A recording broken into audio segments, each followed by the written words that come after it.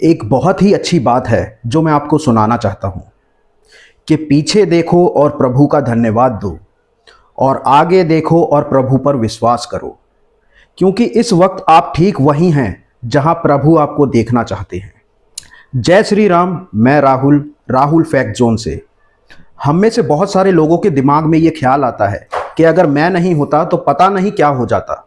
हनुमान जी को भी ये शंका हुई थी।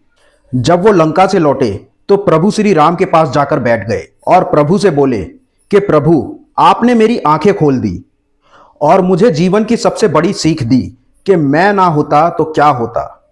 जब मैं लंका में माता सीता का निवास स्थान ढूंढ रहा था और जब वो नहीं मिल रही थी, मैं परेशान हो रहा था, तब मुझे वहां पर एक संत के दर्शन हुए और मैंने तो कभी सोचा ही नहीं था, लंका निश्चर निकर निवासा, यहाँ कहाँ सज्जन घर वासा। मैंने तो सोचा था कि संत सिर्फ भारत में पाए जाते हैं, यहाँ कहाँ लंका में मिल गए। लेकिन लंका में संत विभीषण से मेरी भेंट हुई, जिन्होंने मुझे तुरंत बता दिया कि कहाँ आपको जाना है, और मैं तुरंत अशोक वाटिका में पहुंच गया। तब मुझे विश्वास हुआ कि संत जो हैं वो कहीं भी मिल सकते हैं। उसके बाद जब मैं पेड़ पर बैठा ये सोच रहा था कि कैसे मैं माता सीता से भेंट करूं, कैसे उनके पास पहुंचूं, कैसे आपका संदेश दूं, तभी वहां पर रावण ने प्रवेश किया और वो बहुत क्रोध में था, हाथ में तलवार लिए हुए था और वो माता सीता का वध करना चाह रहा था। और मेरे अंदर अचानक से एक जोश आया, मुझे लगा तलवार लेकर मैं रावण का वध कर देता हूं। लेकिन तब प्रभु कुछ ऐसा हुआ कि मेरी आंखें खुल गईं। तब वहां पर अचानक से रानी मंदोदरी आई और आकर के रावण का हाथ पकड़ लिया और कहा कि नहीं, आप ये नहीं कर सकते। वो मंदोदरी जिसे तो प्रसन्न होना चाहिए था कि माता सीता उनके रास्ते से हट जाती और उसके बाद वो ही रानी रहती, लेकिन नहीं, उसी मंदोदरी ने मुझे एक सबसे बड़ी सीख दी कि मैं अगर वहां पर नहीं भी हूं तब भी माता सीता की रक्षा हो जाएगी।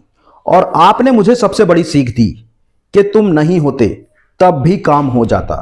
उसके बाद वहां पर एक राक्षसी जिसका नाम त्रिजटा था वो आई और उसने कहा कि अशोक वाटिका में एक बंदर घुस आया है और वो लंका को जला देगा।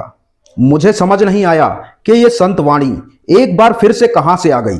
इनको कैसे पता कि मैं यहां पर आ गया हूं और मैं यहां पर आग लगाने वाला हूं। प्रभु मुझे जब रावण के सैनिक बांध करके बंदी बना करके उसके महल में ले गए और मुझे वहां पर और भी ज्यादा बांधा जा रहा था, तब मैंने सोचा कि मैंने तो सब कुछ करके देख लिया, अब मैं बंद करके देख लेता हूं कि प्रभु आखिर चाहते क्या हैं। और जब रावण के सैनिकों ने मुझे मारने की कोशिश की, तब मैंने खुद को बचाने का प्रयास भी नहीं किया और चिंता ही नहीं की, क्योंकि मुझे आप पर विश्वास हो चुका था। तभी वहां पर विभीषण आए और उन्होंने कहा कि दूत को मारना अनीति होती है। तब मैं और अचंभे में आ गया कि माता सीता को बचाना था, तब आपने मंदोदरी से वो कार्य करवा लिया, और जब मेरी रक्षा करनी थी तो रावण के भाई के हाथों आपने मेरी रक्षा की। उसके बाद रावण ने यह आदेश दिया कि इस बंदर की पूंछ में कपड़ा बांधकर उसमें आग लगा दी जाए। तब मुझे समझ आया कि त्रिजटा संत ने जो कहा था कि ये वानर लंका में आग लगाएगा, वरना मुझे तो यह पता भी नहीं था कि मैं कहां से कपड़ा लाता, तेल लाता और उसमें आग लगाता। मेरे बस में तो कुछ था ही नहीं। तब मुझे समझ आ गया कि आपको जब करवाना होता है तो आप रावण से भी अपना कार्य करवा लेते हैं, फिर मैं तो आपका कार्य कर ही दूंगा। बहुत छोटी सी कथा है, रामायण का प्रसंग है जो हम सबकी आंखें खोल देता है कि अगर मैं ना होता तो क्या होता, ऐसा कई लोगों के दिमाग में आ जाता है।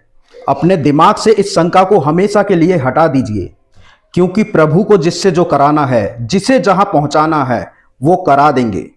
उनका प्लान सर्वश्रेष्ठ होता है, उनके प्लान पे भरोसा बनाए रखिए। तो दोस्तों, आपको भी अपने प्रभु पर भरोसा है तो कमेंट सेक्शन में लिख दीजिए जय श्री राम।